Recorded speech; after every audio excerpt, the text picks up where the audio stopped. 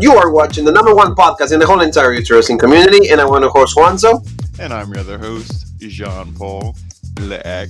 Together we are Raw and family. Welcome to AEW Dynamite review. It's almost close to like Christmas, so we thought that like AEW was gonna do something really great. It was like holiday smash, and I mean we had a debut. That was pretty much the highlight of the show. We had a main event that it was loaded, but the match was way too long. A lot of people are probably loving it, but like you said, maybe Sting keeps bearing or keep like putting his nose into feuds that he shouldn't. So we're going to be talking about everything here, family. So, Paul, at AEW Dynamite, it's getting better from last week. An hour there, Danielson and Hangman Page, or the show went down a little bit for you? No, I mean, well, that match was so great, and, I'm glad, they touched on it. They continued that feud, built that up tonight. We're going to talk about where they're going with that. And, the debut, which I guess we can spoil it. Everybody knows, and we're going to be talking about soon. Kyle O'Reilly, he made his debut, which we all knew he would. So, the Undisputed Era, or whatever they're going to be called. Yeah. So there was some exciting stuff, but, we'll talk about our gripes with the main event. I would say, overall, this was a pretty decent show of Dynamite. I mean, nothing really crazy to write home about. I don't know who the biggest heel was, tonight, if it was MJF or whether it was that jacket in the Ruby Soho match. Yeah, exactly. Or like you said, like Sting, I think is the biggest heel because he keeps burying people up and down. But thank you so very much for being with us. We keep growing, and that's because every single one of you. So again, thank you, and we hope that all of you are getting ready for that Christmas, that gathering, that good time with your families. Don't forget Jean-Paul Leek NXT 2.0 review. Mandy Rose, is going to go against Cora J, Raquel Gonzalez, that match with Dakota Kai, everything, MSK, Matt Riddle, Braun Breaker and Tommaso Ciampa are going to go one more time for the NXT Championship. Paul said it. That's going to be the match that you get the title, alright, dude? And then go also to AEW, Gargano, and then you're going to rekindle their feud over there. But, everything right there with Jean-Paul Leek. So please don't forget to, check that out. Also give the video a like for more people. Get, more exposed to us, Paul. But, the show starts with, a match that, for a lot of people that are not, that professional wrestling savvy, or at least they don't understand psychology of pro wrestling, they will love it. That's Orange Cassidy and Adam Cole. Did you like the match? I mean, two guys that have the same kind of height, physique, so it was going to be decent for me. But like you said, this was actually setting up for what was going to come. Yeah, no, for me, I don't know. I don't like this match because, I mean, everything that post-match was great, but just this match and everything that Adam Cole has done before this, as I'm watching this go on, I mean, like I said to you, I'm thinking if you're going to debut Kyle O'Reilly, it needs to be now because, this is a holiday bash. You're hyping up this show. You had a lot of viewers from last week with Bryan Danielson and Adam Page. So, you wanted to ride that momentum. So debut Kyle O'Reilly, and I'm thinking if they don't do it, then this whole match is a waste because no, I couldn't get into it, and then when Cassidy gets the upper hand, you see the Bucks and them come out, and it's like, oh my God, are you really saying that Adam Cole needs, help and distraction to beat this clown? And he does, he hits the Panama Sunrise, but he kicks out, even though he did a bullshit cover, it doesn't matter. Orange Cassidy isn't legit. I'm sorry. I don't care that he beat Chris Jericho. I don't care who he beat. Look at him. He's a clown. He's not legit. And, Adam Cole, I mean, yeah, did he eventually win? Yeah, but it was from a distraction. And, we see this, which, I mean, it took way too long to set up. You can see the crowd. As soon as you saw the camera zoom in on Orange Cassidy, know that's coming. And you see the crowd and you see the fan right there, his eyes were lit up. Everybody's eyes were going crazy because it was like, oh my God, here he is. And you see Kyle O'Reilly, he hits Orange Cassidy, and the ref was distracted by Bobby Fish. And then Adam Cole gets the victory here. But I do like, after the match, you see O'Reilly and Cole have a stare down. And people probably thought, oh, what's wrong? Why are they pissed at each other? Make it like a shoot, like NXT when they were pissed at each other. That was real. No, we still hate each other. It. Yeah. Even though it's a different promotion, no, we got to continue it because they want to present this as real. Which that, I can applaud. That was legit. But I do like after the match, they hit the high-low, Bobby Fish and O'Reilly. that was great. Or like Taz said from The his best friends right there is mentioned. It's worth Yeah, mentioning that the best friends came out yeah. just to and it's kind of sucks for Trent. Remember, it wasn't the greatest comeback in the whole professional wrestling thing, but at least remember everybody was excited to see him back. But now all the focus is once again on Adam Cole, Bobby Fish, and No, Kyle O'Reilly. I'm sorry. When a professional wrestler comes back like that, I mean, to me that's Buff Bagwell. I mean, to me that's you're a loser. Your mom is driving you. Okay, for a shoot, everybody loves their mom, but this is professional. You don't see Ric Flair coming out there getting a kiss from his Yes, from his mom on exactly. his cheek. It is true. Let's be fucking serious. It is true. And well, at least Paul, they finally have the name for the last shock. Yeah, and the last, they have now the move from Adam Cole. The finisher is called the boom. The boom, that's what it is. But like you said, we had a big stare down right here, and the big thing is something that you predicted months ago. It's okay, Adam Cole is part of the super clique, but now he broke his own group. So Young Bucks are showing a little bit of confusion. They don't even know where they stand here. I mean, I don't like their season fashion. It's probably god awful, but I mean, this is it's starting to build this feud that we mentioned that it will happen eventually, and that will be the returning Kenny Omega joining the Young Bucks, going against this new version of the Undisputed Era. So this is absolutely amazing. I'm really happy to see Kyle O'Reilly here. I mean, he's joining his friends. He's probably going to have better opportunities here. So good for them. Yeah, I like this, and I'm surprised that they didn't play up the we can all be friends that commentary did, because they're commentary even said, I'm sure they can all get along, but they're I don't know. It seemed like he didn't want to talk to the Young Bucks when they came out. So I'm surprised that they're doing the thing right away, because I thought Omega was hurt for a while. He needed more time off, unless he's feeling better, because it's why are you jump starting this feud?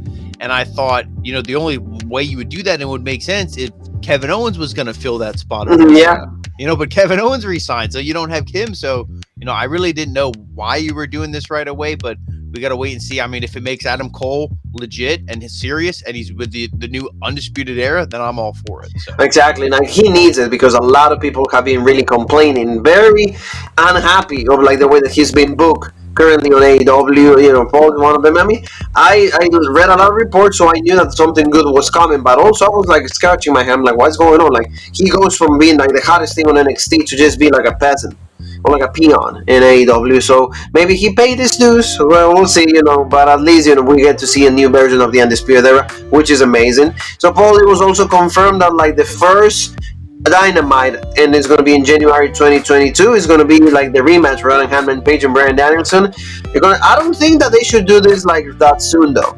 I don't like this, because it seems to me that if Adam Page, he wins, then it's going to be Danielson's first loss. But on the other hand, if they go the other way around, then we're going to see a brand new AEW champion in Danielson, and it's when poor Page didn't even have a lot of defenses on him. So I don't know. How do you feel about it? I mean, I feel exactly the same way, because let's see here. Besides Roman Reigns, and he's a completely different type of heel, the new hottest heel in the business right now is Bryan Danielson. Yes. He's so great, the way he is, because he's a smarmy jackass heel, but he's so good in the ring. He can back it up. He's such a great wrestler, and so he can talk the talk, walk the walk. He's everything, and he's just so cocky. Great promo, and you almost say he needs to win. He can't afford to lose. But if Hangman Adam Page loses, I don't know. I thought you could have maybe stretched this out to the pay-per-view. I was thinking Revolution was the best way to do this. Yeah, I mean, I guess that's in March? February? No, March? February. Towards the end of February, early March. Yeah. Yeah, so, maybe they didn't think, or, maybe they're just going to go, hey, Hangman, you're just going to be that guy for right now. You're going to be the first interim champion. But I don't know. Bryan Danielson's the bigger star. He has more name value. People know his name, even if, you're not a fan of AEW, you know him from WWE. Yes. At least if you see him, you'll recognize him. But I mean, no, this was a good promo. And I like, everything that Danielson said. How I would just you want to have a match, but I should have won it. That he's the champ or the crowned champion, because if there was judges or people, he won the match, and Hangman's no, yeah, you might have beat the shit out of me for 60 minutes, but I made it count when it mattered, and the closing second, that if I had 3 more, I would have pinned you. Because, what did you think, though? I liked when Danielson called him out for being like a whiny champion. He's like, why do you come out here and cry all the time? He's like, you should, because Hangman was upset that he didn't actually pin Danielson. So, I don't know. The narrative is not like, the narrative, if you compare both of them, Danielson gets the win. Yeah. Because he's selling a better story. And he sounds more confident than Page. Page like, like if you when you play the game and you do a promo battle, it's like the one person has the bar and the other one. Danielson's like filled all the way up. Yes, exactly. It's like he's way more, but like again, I don't know what they will do. And like maybe like you said, we could have a trilogy and then just have the third one at Revolution, and then we'll see a title switch. And to me, if I was the booker, if I was the pencil, yeah, and if it was like you asked me, my heart would say keep it on Hangman, but my head says put it on Danielson.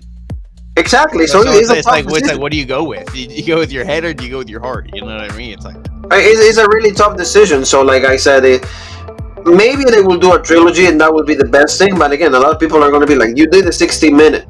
Why don't you just why don't you just get a clear winner? And what do you think of the stipulation? Because Hangman ran through all the stipulations, Iron Man, a pinfall, no time limit, whatever. But they're doing another 60-minute, and they're doing a ref's decision. And Hangman said, you can make sure you pay. His closing line was pretty much pay those refs in advance because you won't need them because I'm going to pin you 1, 2, 3. So this is good, and I like this feud. But like I said, Danielson is so good. It's almost hard to see him or imagine him losing here. It's gonna. If what he will do for Hangman, from Danielson to lose, and then Hangman, you feel this type of guy. Maybe that we know how Danielson thinks is like, let's do it all for the business, so I don't mind losing. Maybe I'll get the title somewhere else. But like you said, everybody's just under the impression that he will get the title. And the only thing I would say is, tell me a guy who they really have built up that you would think would be a next challenger, babyface or heel, besides you only have Danielson, you have CM Punk. To me, the bigger name. It's just the winner of the CM Punk MJF feud. That's the next number one contender because everybody else is in a feud with somebody. And like you said, it's like if Hangman retains, then CM Punk will have to lose to MJF. That way that you see babyface against heel.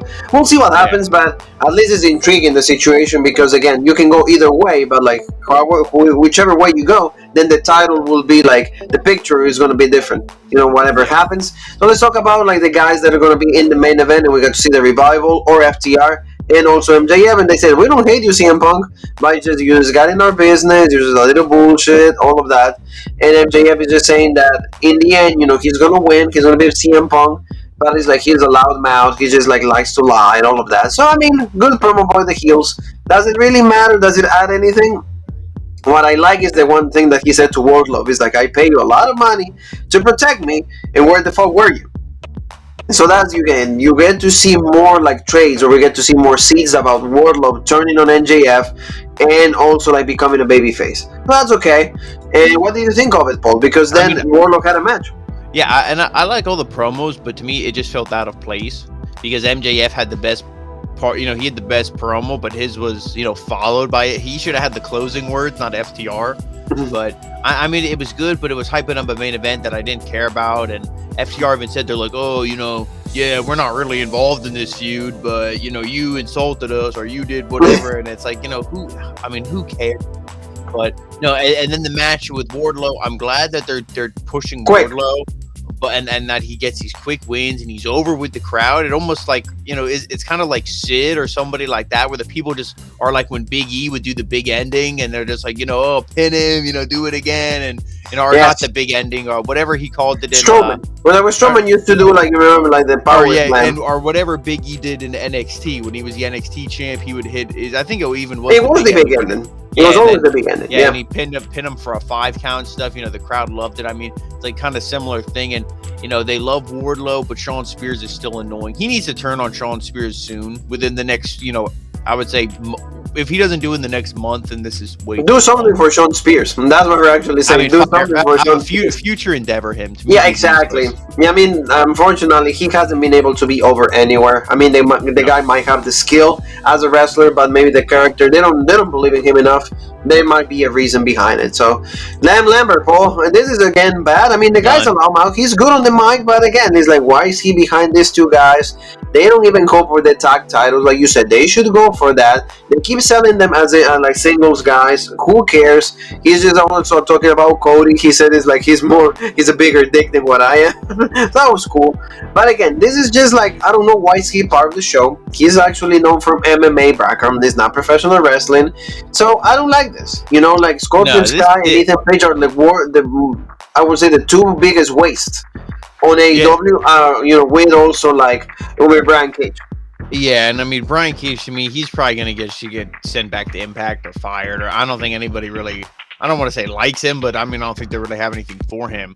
Yes, and that's the word, case with Scorpio Sky is, to me, this guy would have been when he, you know, when you broke up SCU and he was a singles babyface. He had that match with Darby. You know, when he lost and he turned heel, it was like, okay, you got to capitalize on that. They didn't. So hindsight, you should have kept him babyface. You could have done a lot more. He could have been having a feud with Malachi Black. Yes. He could have been having a feud with MJF. He could have been having a feud with Bryan Danielson. He could be having feuds with a lot of guys. You know, you need a baby face like that. That's not in a tag team because you put Darby with Sting. You know, he's locked up with that, so you can't, you know, push Darby.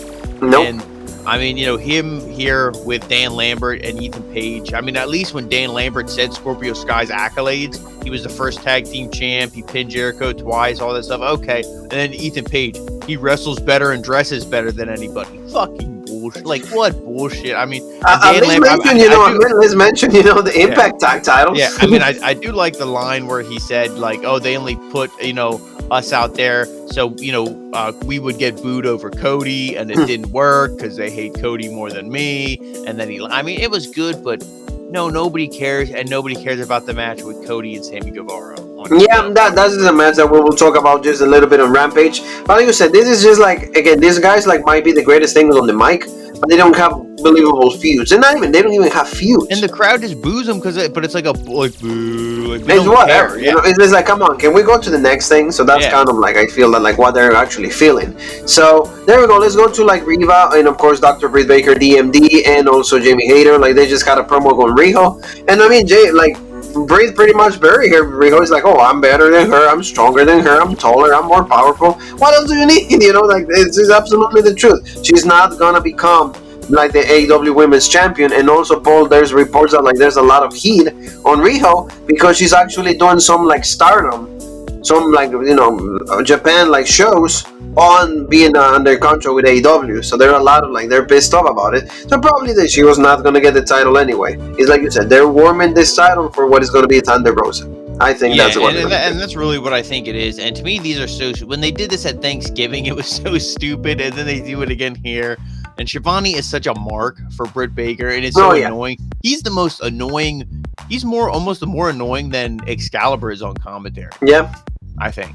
And like just his overall, he doesn't add a lot. Yeah, and you know, I mean, Adam Cole. Like, I mean, that feud I would love to see. Just more teases of like Adam Cole against, you know. Only if they do Britt Baker, you know, custody in a ladder match on a case. But, you know, it'll be better.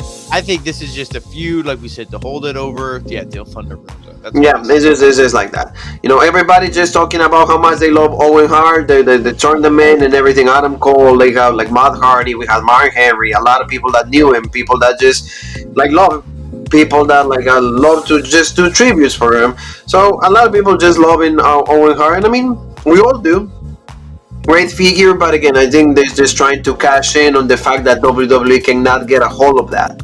They don't, you know, they're never going to be able to because of the dispute that they have with the wife and all of that. But I mean, there's going to be a tournament. I do like how they actually had two people there who actually knew and talked to Owen. Yes, Mark Henry was Mark one Henry and Goldust. Yes, then actually had like Dustin Rhodes. Yes, you know, but I mean, it's like, you know, you had all these other people like 2.0.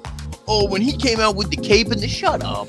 Yeah, no, that was just terrible. You know, that was like, oh, Blue Blazer. I'm like, so you like already that shit? No wonder your character is like no, that. I think that I don't even they weren't even. It was the Japan stuff. I don't think Oh, they were even referencing. I hope they were referring because yeah. like if the blue blazers and everything, I would have been like, okay. They didn't reference anything from WWE. I mean, Yeah, they said the matches with Brett, but they wrestled in Japan, I think, and in Calgary and stuff against each other. So yeah, they did that good because again, they actually refer to that. It's like, no and wonder. I think they can mention the Calgary stuff because I believe Brett owns all that. So Yeah, they can. Yeah, that's not supposedly WWE was not even allowed to mention like the dungeon at all. So like, yeah, probably Brett owns all of that. So that was good. But anyway, let's talk about like the semifinal of like the TBS Championship tournament, and Nyla Rose and Ruby Soho. Like again, the jacket doesn't come out. The triple threat. The triple threat. Yeah, triple threat. The jacket, Ruby, and Nyla Rose. This match was pretty decent. In the end, Nyla Rose is good at putting people over. That's the thing. Like she's a good wrestler. Like, we gotta admit, decent at decent and good in between that sweet spot. Because she always has decent matches with everybody. Ruby's a good wrestler, so they gave us a pretty decent show. I would say there was opportunities for Nyla to get the win, but in the end, like you said, like Ruby's always the girl that they want to push here. I think she's gonna win that championship. And Becky, she has to sell, she has to go for Nyla, all of that. In the end, being like big, it wasn't like a finisher. It was just like I think it was a roll up that they did. And in the end, Ruby Soho gets the win. Nyla Rose loses, and Paul, then we have our first finalist for this tournament. And you were right, Ruby Soho is in the final, so she might win the whole thing. Yeah, and I mean, I think we're really going to see Ruby Soho and Jade Cargill. I mean, whether we're going to see Mark Sterling cause the interference, or whether Jade's going to be Thunder Rosa clean, I don't know what we're going to see. I don't think Thunder Rosa was feuding with anybody else. I think just Nyla Rose and Jade, like maybe talking a little bit of trash on them. But unless we're going to see that kind of bullshit, and they're going to cost her the match. But no, I really think the final is going to be Jade, unless they're going to do two baby faces. They might pull the swerve and do two baby faces. We've seen them do a match like that before. But I mean, this match was good. I like how Ruby Soho got the win, which is kind of the direction I thought they were going. At some point, I think, you didn't do the super long, monster title reign for Nyla Rose. She had a title run, but it feels like forever ago. And, she's done as a heel. You almost need to turn her babyface. Then she has a whole new. She needs something different. Yeah, she needs something different because she is getting better, but there's just nothing. And she's a monster. But again, like every time that there's a bigger name, okay, so you might be great, but you know where your spot is, right? Yeah, more people know me. They don't know you, so I always got to get the upper hand. So that was okay. We'll see what happens. Semi-final is going to be next Dynamite. So we're going to see the other one, Jade Cargill, Thunder Rosa, like you said. If they want to do the two baby faces, I will be okay. But most likely the booking, it will be just Jade Cargill going against Ruby, and then Ruby probably will be the first TBS championship. So that's okay. So let's talk about now, like Malachi Blackpool against Grave Garrison. This was just really quick, which it was supposed to be. The Grave came out with like a lot of power and everything, but Malachi dominated from the whole thing. And like not even like the man, like the finishing move, like the Black Mass, or none of that. It was just like here, like a submission hold, like a one-legged single crab. And I don't know, Paul. This is just for me uninteresting at all. Also, like Pillman Jr. suffered, like then the Black Mass and all of that. So I don't know. This is for me. Yeah. Malachi is lost. He needs Brody King, and maybe redo his whole character one more time.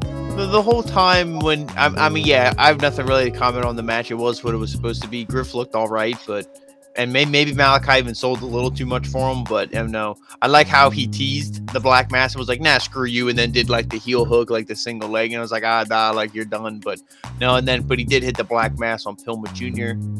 And so you can tell which one is the guy that they respect the most. If this was one of his first feuds, maybe he came and he was just beating people one after one after one, and he didn't have the feud with Cody, and he didn't lose, and then he didn't do the shit with Andrade, and because on commentary, who can beat this guy? Who can stop him? Well, apparently Cody. Cody did. Yeah. So no, he has no aura. That would be like if the Undertaker came in and lost. Like, yeah. Okay. What? No. Exactly, and that's my thing. Is like you took away like the aura. You did, because if he will be undefeated, then at least you can say, well, he hasn't. There's nobody yet. But of course, like, who can stop him? Cody.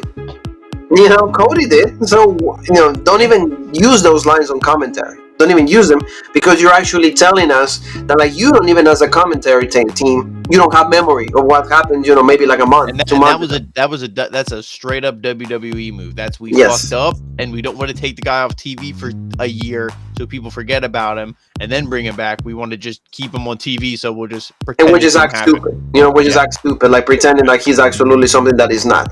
He's involved in something that he should have never been. Should have been maybe like a AEW World Championship right away. He doesn't need a TNT. He should have been. That's how the character should be.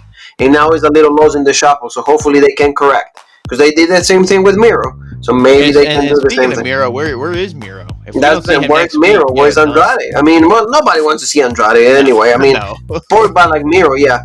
Miro was actually in the premiere of the Matrix, the new Matrix. He was. That's the last time I saw him. So I mean, he likes that. So hopefully, he's just getting ready for a return. So Paul, we're gonna see on Rampage. Nobody likes to see this. Jungle Boy against Isaiah Cassidy. He's gonna pound the ass, right? Yeah, very manly thing to say. Manly thing. This is bad, and each guy's cut a promo. We don't got to really talk about it. The only thing I mean, they're gonna pound each other's ass or something. I mean, yeah, well, whatever they want to do. The only thing I want to tell somebody to do is Christian, get out of this. This is such a waste. I mean, I'm not saying that WWE would have treated him better, but I feel like at some point with all these people they cut, maybe they would have ended up cutting him, or maybe they would have said, "Hey, you want to come back and wrestle full time?" I think at some point it would have been. But it's like now Christian feels like as bad as Matt Hardy.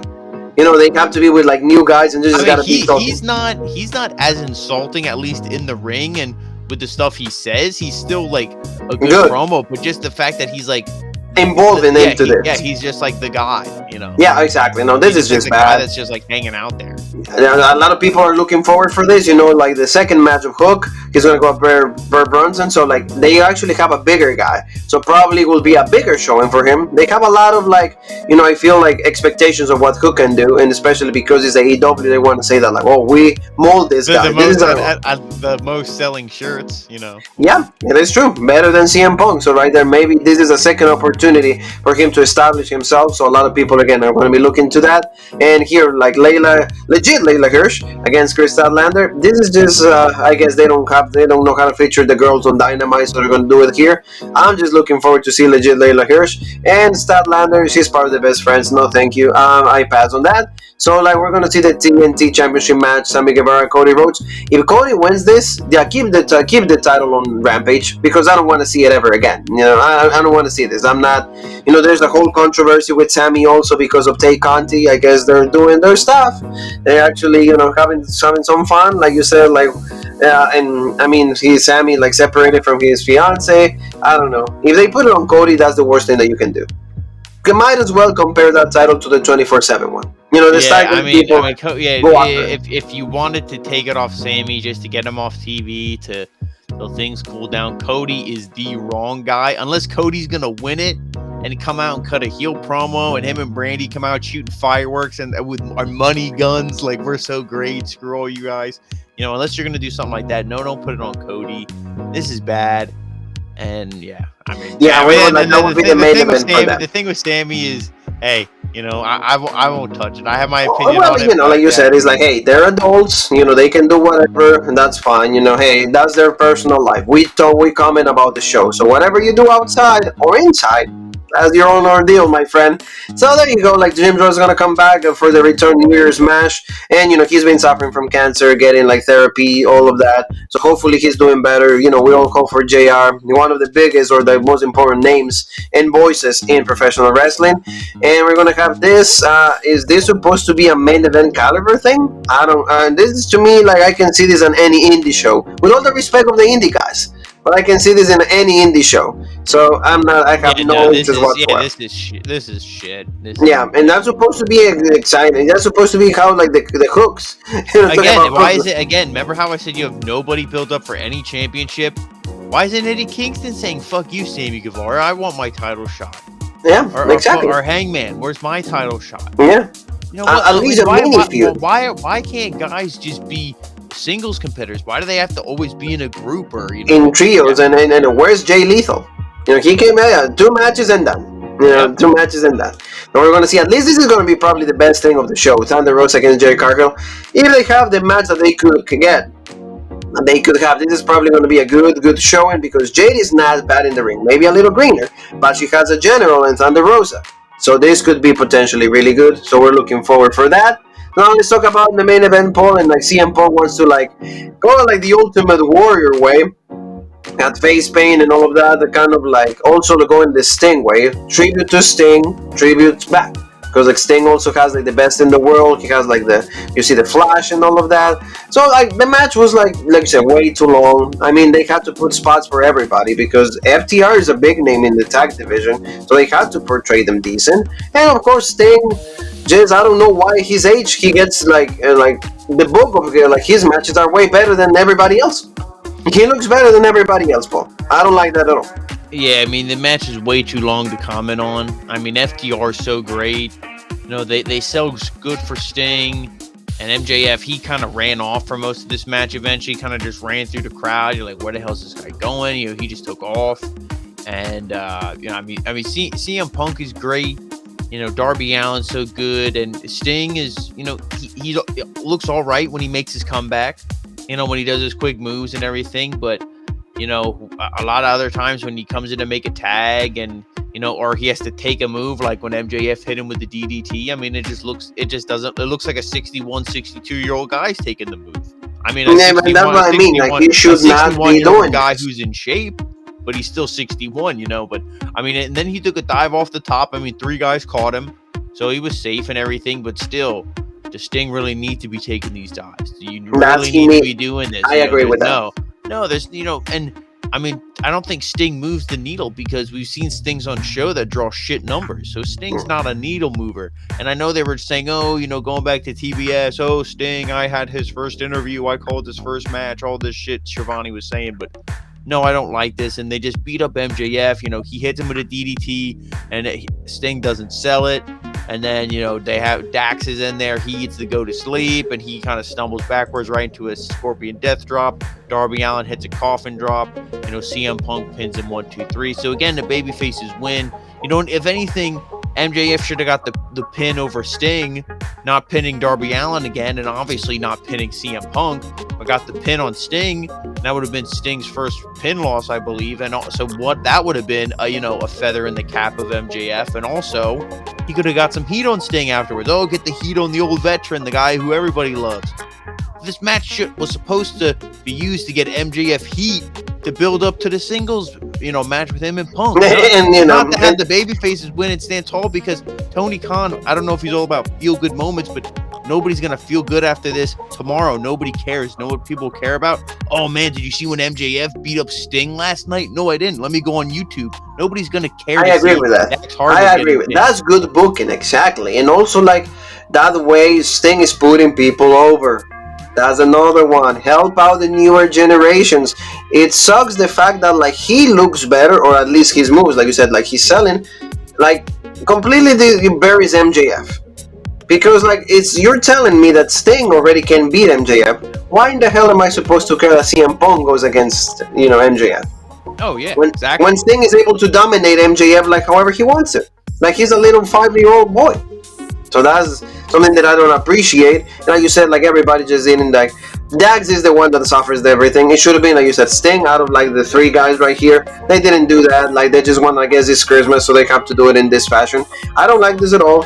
But that's the show that we have. Oh, you know, AEW Dynamite, not a home run. I would say, you know, barely passes the grade. Barely passes the grade. Kyle O'Reilly, Bryan Danielson, you know, those are to me, you know, and the Hangman Adam Page promo, you know, that to me is the high points. The rest of the show, as MJF says, mid or lower. Yeah, absolutely right. So family, thank you so very much for being with us, and you know, we will be with you one more time tomorrow, and you know, we're just going to be talking about Christmas, you know, all of that stuff. So please don't forget to just subscribe, hit the bell for notifications, and also give the video a like so more people are exposed to the original Rope Break. And where else can they find us, Paul? And guys, make sure you follow us, Rope Break on Facebook, the OG Rope Break on Twitter, Original Rope Break on Instagram, Twitch, TikTok, and Spotify, and of course right here on YouTube, the home of the #1 podcast in the YouTube wrestling community, the Original Rope Break. And you and me have one more thing that is left to say, and that is